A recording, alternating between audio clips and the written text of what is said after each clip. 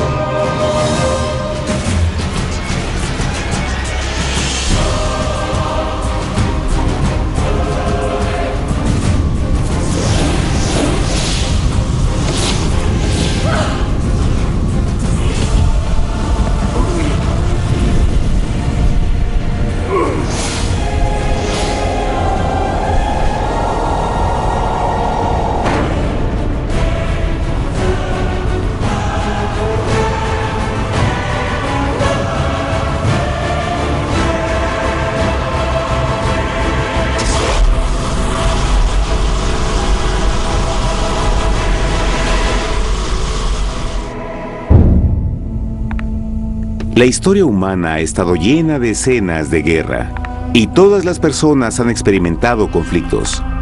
Pero para entender el origen del mal, debemos viajar al pasado, a la primera guerra en el universo. Porque esta guerra no ocurrió en la Tierra. Antes de que nuestro mundo existiera, hubo una guerra en el cielo. Hasta las palabras guerra en el cielo suenan como la última paradoja. Es casi inimaginable para todos que pudiera haber batallas y conflictos entre las creaciones perfectas de Dios en el paraíso. ¿Qué pudo haber causado este conflicto celestial? Por fortuna, un libro antiguo llamado la Biblia nos da suficientes detalles para poder atar los asombrosos cabos. Aunque trágica, también es una increíblemente tierna historia de amor, que va desde el principio de los tiempos tocándonos personalmente a usted, a mí y a cada uno de los individuos de la Tierra. Nuestra historia comienza hace tiempo, en la misma capital del universo, en un lugar llamado Cielo que estaba lleno de seres angelicales que amaban hacer la voluntad de Dios. Bajo el justo y amoroso gobierno del Creador, todo el cielo disfrutaba de una existencia de felicidad y dicha perfecta. El príncipe supremo del cielo y comandante de los ángeles era el todopoderoso y amoroso Hijo de Dios, mejor conocido con el nombre que tomó cuando vino a la tierra, Jesús. Él era uno en propósito y mente con Dios el Padre. El cielo, bajo el mandato compasivo del Padre, Hijo y Espíritu Santo, probó ser un maravilloso lugar de paz y alegría. Para llevar a cabo las órdenes de Dios, la Trinidad estaba rodeada de un océano virtual de innumerables espíritus ministradores llamados serafines y querubines, o mejor conocidos como ángeles. Estas poderosas e inteligentes criaturas descubrieron su mayor alegría al cumplir las órdenes del Todopoderoso. Pero Dios creó un extraordinario ángel para servir como líder de la multitud celestial entera. La Biblia nos dice que su nombre era Lucifer, que significa portador de luz. Este querubín fue el más grande ser creado por Dios y tenía la posición más cercana al trono de Dios, y estaba directamente bajo la autoridad de Jesús. El trabajo de Lucifer era comunicar la luz y el conocimiento de la voluntad de Dios a todos los otros ángeles. Lucifer fue el ser más espléndido creado por Dios. Era cautivamente hermoso y dotado con poderes asombrosos de liderazgo y organización. Entre los ángeles, él fue muy admirado, respetado y amado como amigo.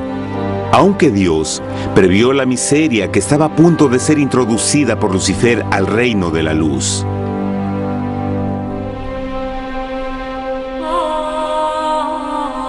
Lleno de sabiduría y acabado de hermosura, de toda piedra preciosa era tu vestidura, tú querubín grande y protector. Yo te puse en el santo monte de Dios. Allí estuviste, en medio de las piedras de fuego te paseabas. Perfecto eras en todos tus caminos, desde el día en que fuiste creado hasta que se halló en ti maldad. Cuando Lucifer pudo darse cuenta de su belleza y poder, su corazón comenzó a cambiar gradualmente. Permitió que su enfoque se alejara de Dios y dirigió su amor hacia él mismo. Tal vez nunca entenderemos el cómo y el por qué estas semillas de rebelión germinaron en su corazón. Pero el profeta Isaías nos da una visión del pensamiento de Lucifer. ¿Cómo caíste del cielo, oh lucero, hijo de la mañana? Cortado fuiste por tierra, tú que debilitabas a las naciones, tú que decías en tu corazón, subiré al cielo en lo alto, junto a las estrellas de Dios.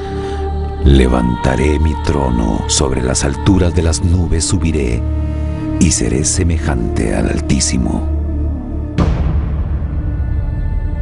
Lucifer gradualmente comenzó a codiciar el poder de Dios, pero no su personalidad. Al pensar en sus propias habilidades y belleza extraordinarias, los cancerosos tentáculos del orgullo y autoadmiración cautivaron su mente. Este resentimiento y envidia finalmente lo llevó a violar la sagrada ley de Dios y a rebelarse contra su gobierno. Necesitamos hacer una pausa y dejar algo en claro. Desde el principio, Dios ordenó que las leyes de la física gobernaran al mundo material en que vivimos. Sin esas leyes naturales, el universo sería un caos. Del mismo modo, las leyes morales de Dios siempre han provisto seguridad y estabilidad al cosmos. Algunos piensan que los 10 mandamientos no existieron, hasta que el Señor los entregó a través de Moisés en el monte Sinaí. Pero las Escrituras nos enseñan que los principios de las leyes de Dios han existido por toda la eternidad, pues son la base fundamental de su paradisíaco reino de amor. Fieles son todos sus mandamientos, afirmados eternamente y para siempre, hechos en verdad y rectitud.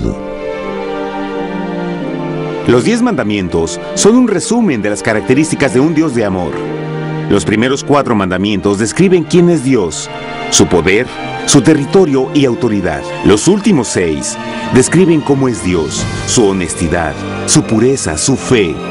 Todas estas cosas siempre han sido verdad y siempre serán verdad. Ahora, por primera vez en la historia de la eternidad, Lucifer comenzó a violar estos principios perfectos. Lucifer sabía que si iba a compartir el poder y estatus de Dios, necesitaría apoyo. Así que se puso a trabajar. Comenzó tortuosamente a circular entre los ángeles plantando semillas de duda y descontento con respecto al liderazgo de Dios. Al mismo tiempo, sutilmente hacía notar sus propias virtudes. Él insinuó que Dios abusaba de su poder divino y sus leyes restringían la verdadera libertad y felicidad de sus criaturas. Con su razonamiento audaz y poder sin igual de influir, Lucifer pudo persuadir a un gran número de ángeles de unirse a su motín. Tal vez se pregunten, ¿cómo es que tantos ángeles inteligentes pudieron ser embaucados para seguir a este desertor? Tengan en cuenta que hasta este punto ningún ángel había escuchado una mentira. Y en esta temprana etapa de la rebelión, Los ángeles no se dieron cuenta de cuán obsesionado se volvería Lucifer con adquirir la posición de Dios. No sabían que finalmente él planearía la tortura y asesinato del Hijo de Dios en la cruz en un intento por subir a su trono. Extrañamente, Lucifer pensó que podía ocultar sus verdaderos propósitos de Dios.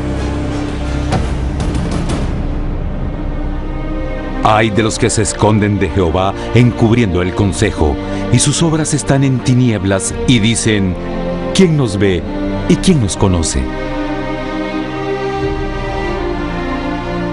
No crean por un momento que la rebelión de Lucifer tomó a Dios por sorpresa o desprevenido.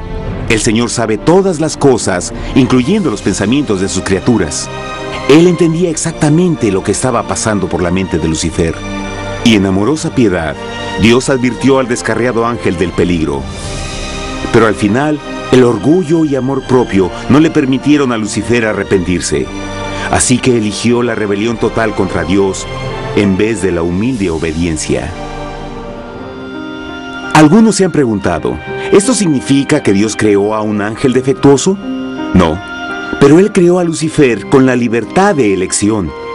Verán, la libertad de elección es una cosa maravillosa, pero lleva consigo un increíble riesgo, incluyendo el riesgo de la rebelión y la posibilidad de que el amor de Dios pueda ser rechazado. El amor real no puede venir de una criatura preprogramada. No puede ser forzado, debe ser voluntariamente dado. Por ejemplo, aun siendo tan lindo como lo es este perro robot, en realidad nunca podrá amarme. Puede hacer que parezca que me ama, pero solo está siguiendo instrucciones preprogramadas. No tiene opción. Y por otro lado, este pequeñito está verdaderamente feliz de verme. Él ha decidido darme su afecto, y con el tiempo, nuestra relación crecerá y se hará más fuerte, mientras lo ame y lo cuide. Del mismo modo, un Dios de amor solo quiere amor genuino de sus inteligentes criaturas. Y para que eso pase, éstas deben tener la libertad de elección. La rebelión de Lucifer es la más grande evidencia de que en verdad tenía esa libertad. Y ahora, la pregunta más grande era, ¿cómo respondería Dios a esta crisis? ¿Cómo lidiaría con Lucifer y los millones de ángeles que se unieron a su rebelión? Muchos se preguntan, ¿por qué Dios no destruyó inmediatamente la rebelión? Después de todo, Él pudo fácilmente vaporizar a Lucifer con mandarle un rayo. ¿Pero eso en realidad habría resuelto el problema? No, al contrario. Eso solo habría intensificado las dudas y sospechas que Lucifer ya había plantado en las mentes de los ángeles. Recuerden, Lucifer sabía, como nadie más podría saber, el manejo interno del gobierno de Dios. Su destrucción se habría visto como parte de un gran encubrimiento, y la razón que motivara el servir a Dios hubiera sido el miedo a las represalias y no el amor. No, el Señor sabía en su sabiduría que la mejor forma de enfrentar la crisis era permitiendo que siguiera su curso. Esta sería la única forma en que se aseguraría de que el mal no se levantara otra vez. Dejad crecer juntamente lo uno y lo otro hasta la siega. Y al tiempo de la siega yo diré a los segadores: recoged primero la cizaña y atadla en manojos para quemarla, pero recoged el trigo en mi granero. En la parábola del trigo y la cizaña, Jesús describe que un tiempo de crecimiento es necesario para que una planta revele su naturaleza. En su entendimiento infinito, Dios sabía que con el tiempo el carácter real de Lucifer sería expuesto y que los amargos frutos de su rebelión se volverían visibles a todos. Hasta ahora los ciudadanos del universo no estaban familiarizados con el pecado y a dónde los llevaría. Pero eso cambiaría cuando ellos vieran por sí mismos su terrible naturaleza autodestructiva. Al final, la sabiduría y amor del gobierno de Dios se mantendría por siempre confirmado y el universo estaría seguro. Cuando Lucifer y sus seguidores llevaron su rebelión abiertamente, el Señor supo que no habría paz si se les permitía quedarse en el cielo. Debía ponerse un límite, tomar acción y desalojar a los rebeldes. Pero Lucifer y sus seguidores nunca se irían por su propia voluntad o pacíficamente. El siguiente paso era la guerra.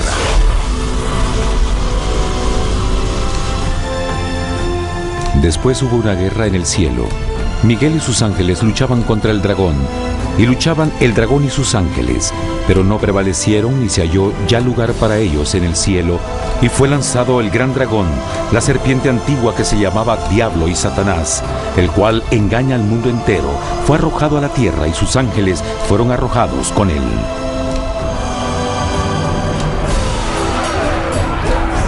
La Biblia no nos revela exactamente qué armas se usaron o cuánto duró este conflicto cósmico.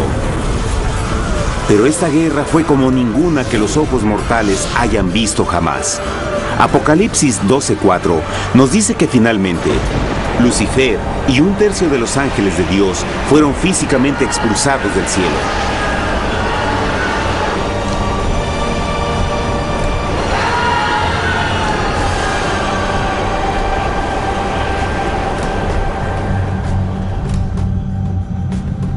Pero, ¿qué venía después? Lucifer ahora tenía millones de ángeles de su lado, pero necesitaba un pedazo de suelo desde el cual continuar su rebelión. Pronto, demasiado pronto, el universo comenzó a entender lo doloroso y costoso que el pecado podría llegar a ser. Y la guerra no había terminado, apenas comenzaba. Lucifer, el portador de luz, ahora se volvió Satanás, el adversario.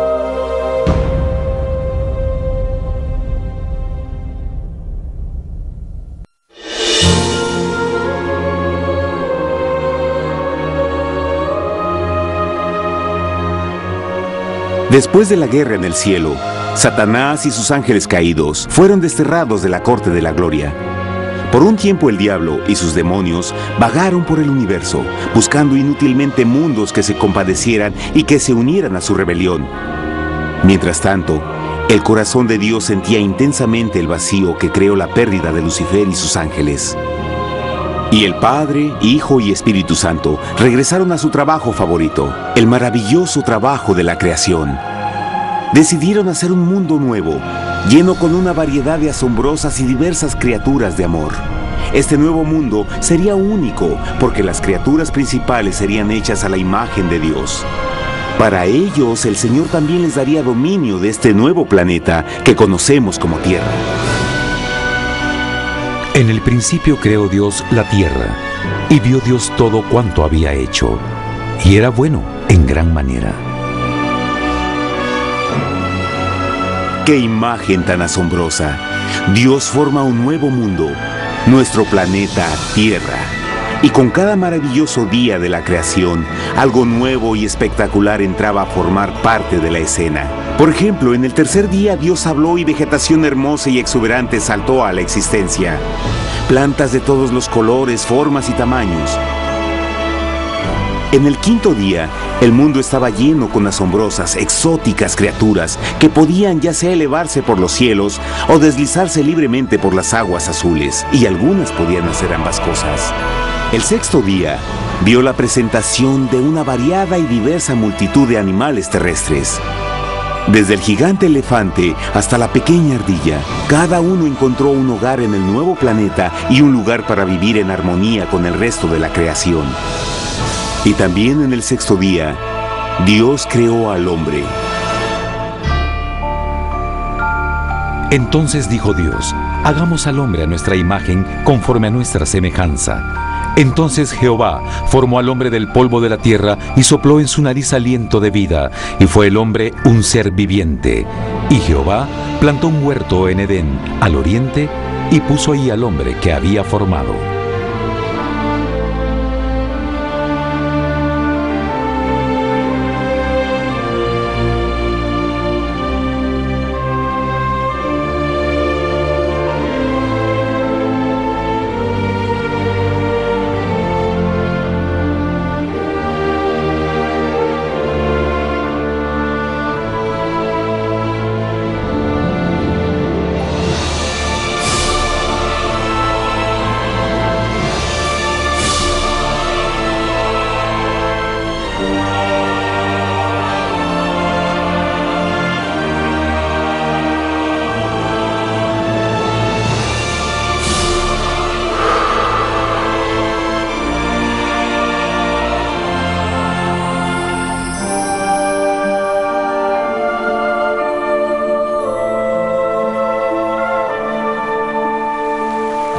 ¡Qué enorme honor!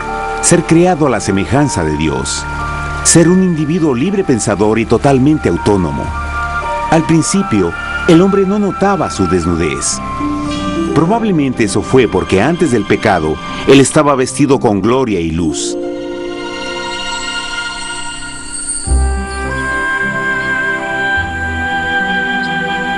Dios también creó la compañía ideal para Adán, su bella esposa Eva.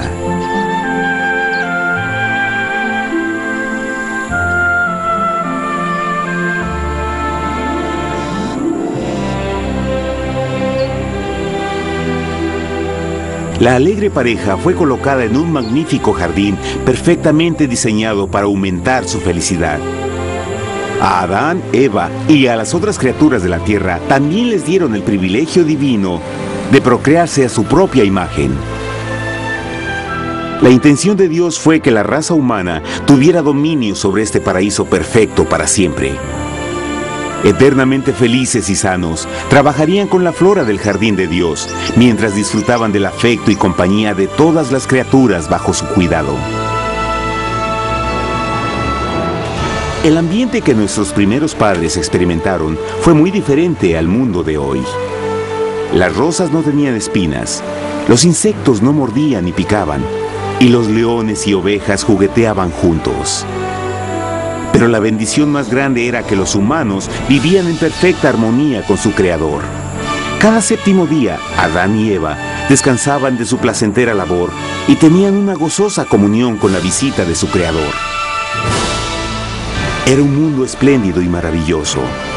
Y este estado de felicidad habría continuado por la eternidad si nuestros primeros padres hubieran mostrado fidelidad con una simple prueba. Pero del árbol del conocimiento del bien y del mal no comerás, porque el día que de él comas ciertamente morirás. Puesto que el adversario había contaminado el universo con su rebelión, el Señor vio la necesidad de una simple prueba de amor y lealtad. ¿Recuerdan? Los ángeles buenos vieron a un tercio de sus amigos ser expulsados del cielo durante la guerra. ¿Cómo podrían estar seguros que estos nuevos humanos no se unirían a Lucifer y causarían más problemas? Así que el Señor plantó un árbol único en el jardín. Un árbol cuyo fruto no debía ser comido so pena de muerte. Al pasar esta simple prueba de obediencia, Adán y Eva mostrarían su lealtad hacia Dios y su fe en su palabra. Aún más, era una prueba de amor. Por eso Jesús dijo en Juan 14, «Si me amáis, guardad mis mandamientos». Pero alguien más supo de esta prueba de fe y estaba determinado a usarla en su favor. Satanás estaba muy celoso de los humanos, quienes felices disfrutaban de la bendecida vida que él perdió.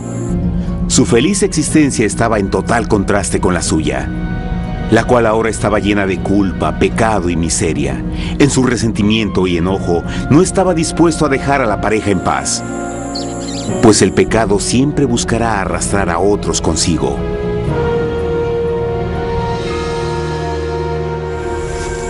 Así, un día en que Eva estaba concentrada en su placentero trabajo, se encontró sola y peligrosamente cerca del árbol prohibido. Fue cuando Satanás vio su oportunidad. Usando una serpiente hipnotizante como su medio, el ángel caído llamó a Eva desde el árbol y trató de entablar conversación.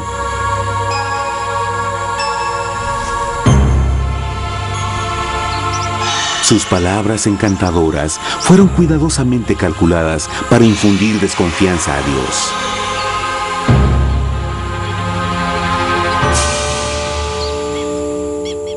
Entonces la serpiente dijo a la mujer, no moriréis, sino que Dios sabe que el día que comáis de él, serán abiertos vuestros ojos y seréis como Dios, conocedores del bien y el mal. Y vio la mujer que el árbol era bueno para comer, y que era agradable a los ojos y codiciable para alcanzar la sabiduría. Y tomó de su fruto, y comió, y dio también a su marido, el cual comió así como ella.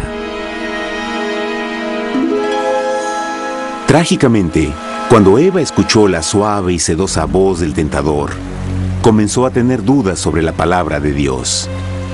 La serpiente la engañó con la promesa de gran poder y sabiduría. Eso llamó su atención. Después de todo, aparentemente el fruto le dio a la serpiente la habilidad de hablar. ¿Qué otros poderes podría darle a ella? Y así, aunque apenas había conocido a la serpiente, ella confió en su palabra por encima de Dios, quien la creó y le proveyó un hogar paradisíaco. Así que Eva comió del fruto prohibido y pronto persuadió a su esposo de hacer lo mismo. Adán pudo haber elegido mantenerse leal a Dios, pero él puso su amor por su esposa sobre su amor por Dios. Cuando nuestros primeros padres le dieron su lealtad al enemigo, el dominio de la tierra fue reclamado por Satanás. ¿No sabéis que si os sometéis a alguien como esclavos para obedecerle, sois esclavos de aquel a quien obedecéis? Ninguno puede servir a dos señores. Este mundo sería el último campo de batalla entre el bien y el mal, y el corazón de cada hombre y mujer fue el premio. Adán y Eva no se dieron cuenta en ese tiempo, pero su momento de desconfianza y desafío abriría las compuertas del sufrimiento de millones de personas durante miles de años.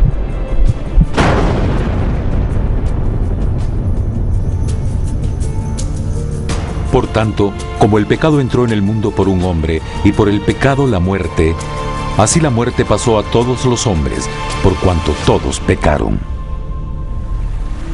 Nuestros primeros padres pronto se enfrentaron al terrible resultado de su pecado. En su estado santo, Adán y Eva resplandecían con túnicas de gloria.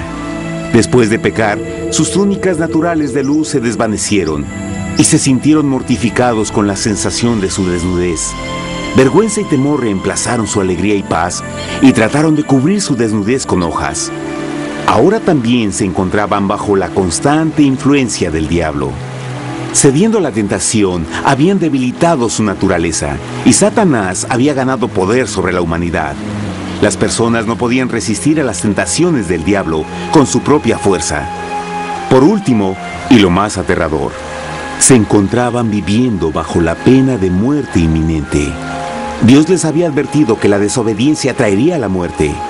Ya habían experimentado la muerte espiritual. ¿Cuánto tiempo pasaría para que sufrieran la muerte física también? En ese punto su futuro no tenía nada más que oscuridad y desesperación. Echó pues fuera al hombre, y puso al oriente del huerto de Edén querubines, y una espada encendida que se revolvía por todos lados para guardar el camino del árbol de la vida. Igual que el pecado provocó que los ángeles caídos fueran expulsados de su hogar celestial, ahora por la desobediencia, Adán y Eva fueron sacados de su jardín, su hogar en el paraíso. Todo a su alrededor estaba cambiando rápidamente y la humanidad se encontró susceptible a las penas, enfermedades y finalmente a la muerte. Hasta los animales y plantas estaban infectados por la terrible maldición. Las espinas y cardos ahora aparecían en árboles y flores, y los animales que anteriormente eran gentiles comenzaron a matarse y devorarse unos a otros. El peor resultado fue que el pecado separó a la humanidad de Dios. Pero vuestras iniquidades han hecho división entre vosotros, y vuestro Dios y vuestros pecados han hecho ocultar de vosotros su rostro para no oír. En la creación, a Adán y Eva se les dio el honor de hablar con los ángeles y hasta con el Hijo de Dios cara a cara. Pero Dios es tan puro y santo que ningún mal puede existir en su presencia. Ahora que los primeros humanos habían pecado, Dios alejó su santa presencia de ellos por su propia protección. El pecado había quemado una catarata en el alma del hombre que ya no podía ver la dimensión espiritual. Desde ese momento en adelante, la comunicación con el cielo sería limitada. Conforme estas maldiciones cayeron sobre Adán y Eva, el corazón de Dios se llenó de tierna compasión. La ley que habían roto no podía ser alterada para salvarlos, pues es tan sagrada e inmutable como Dios mismo. El Señor sabía que había solo una forma en que el hombre podía ser redimido. Así que un plan fue revelado, nacido desde el fondo del corazón de Dios. Un plan para salvar al hombre de su cita con la muerte eterna y restaurar todo lo que se había perdido con el pecado.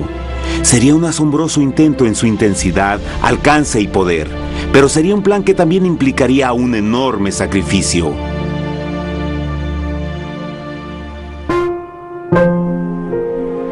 En esto se mostró el amor de Dios para con nosotros, en que Dios envió a su Hijo unigénito al mundo para que vivamos por Él.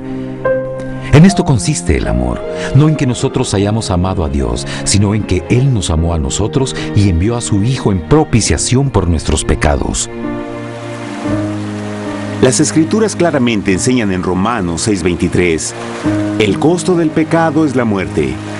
La ley rota demandaba la vida del pecador, y solo había uno en todo el universo que podía calificar como sustituto de la humanidad.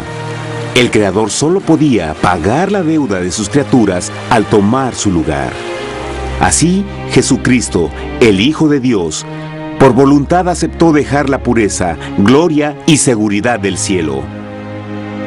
Él vendría a morir en nombre del hombre en su malvado y renegado planeta. Él nacería como un inocente e indefenso bebé, soportaría una vida de pena y vergüenza, y aún así viviría una perfecta y victoriosa vida. Finalmente, Él tendría una muerte humillante para poder ser sustituto de la humanidad caída.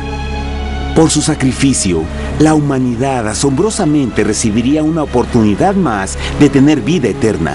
Su sangre proveería el rescate para el mundo que había sido raptado por Satanás. Este maravilloso plan de redención fue gráficamente ilustrado en el sistema de sacrificios de animales ordenado por Dios después de la caída del hombre. El Señor había advertido a Adán y Eva que morirían el día que comieran del fruto prohibido. ¿Y cómo fue que permanecieron vivos? La Biblia nos dice que inmediatamente después de su pecado, Dios les proveyó ropa en la forma de pieles animales. Es digno de notar que Apocalipsis se refiere a Jesucristo como la oveja, que fue muerto desde el principio del mundo. Esto indica que una oveja fue sacrificada el mismo día para prevenir sus muertes inmediatas. Por fe, en este sacrificio sus muertes fueron simbólicamente transferidas de ellos a la criatura inocente. La oveja, por supuesto, era la representación de Jesús. Y así, un rayo de esperanza fue provisto en una situación de aparente oscuridad y desesperación. A través del arrepentimiento y la fe en la sangre del Mesías venidero, cualquier humano podría ser una vez más hijo de Dios. Pero a pesar de este maravilloso plan, Satanás aún tenía dominio sobre la tierra, y la vida en este mundo no sería fácil. En el mundo tendréis aflicción, pero confiad, yo he vencido al mundo. Naturalmente, muchos se preguntan, ¿cómo un Dios amoroso y poderoso permite penas y sufrimiento en nuestro mundo actual? Pero está claro desde el Génesis que Dios nunca quiso que conociéramos la pena y tribulaciones de esta vida. Cuando el mundo salió de la mano de Dios, la tierra era un maravilloso paraíso. Fue el pecado de Adán y Eva lo que le dio a Satanás el derecho a reclamar control de este planeta. Debido a su trágica elección, el diablo y sus acólitos ganaron el poder de tentar y atormentar a los humanos, infligiendo la enfermedad, el dolor y el sufrimiento. Podría ser mejor preguntar, ¿por qué Satanás tiene control total sobre la humanidad? La respuesta es Jesucristo. Tal vez ya se dieron cuenta que la muerte de Jesús en la cruz nos dio a cada uno de nosotros la oportunidad de ser salvados. Pero en realidad hizo mucho más que eso. Cuando el Salvador ofreció su vida para redimir a la tierra, ese acto ponía restricciones al control de Satanás sobre la humanidad. Satanás no podría forzar nuestra voluntad y su poder de lastimarnos sería limitado. El sacrificio de Cristo también nos brindó un tiempo de prueba, durante el cual podríamos ver la diferencia entre el gobierno de Dios y el de Satanás, y luego decidir a quién serviríamos. Finalmente, por el sacrificio que hizo Jesús, el reino de Satanás llegará a su final. Y un día la tierra será devuelta al hombre, más maravillosa de lo que era al principio. Aunque Adán y Eva comenzaron sus vidas como exiliados del paraíso, aún tenían esperanza. Dios les proveyó de pieles de animales sacrificados para cubrirse. Pero lo más importante, Él les prometió la sangre del Cordero de Dios para pagar por su pecado si aceptaban a Cristo y se arrepentían. Una gran pregunta permanece: ¿las personas aceptarían el generoso regalo de Dios? ¿Cómo escaparemos si descuidamos una salvación tan grande?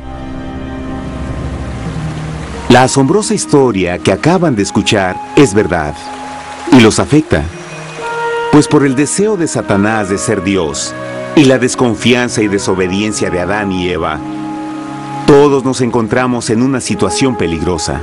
Por una parte, la humanidad ha sido grandemente favorecida por Dios con una segunda oportunidad de recuperar nuestro hogar del Edén.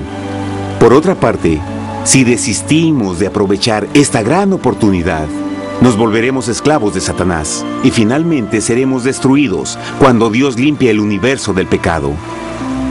Amigos, no hay mejor tiempo para elegir a Jesús que justo ahora.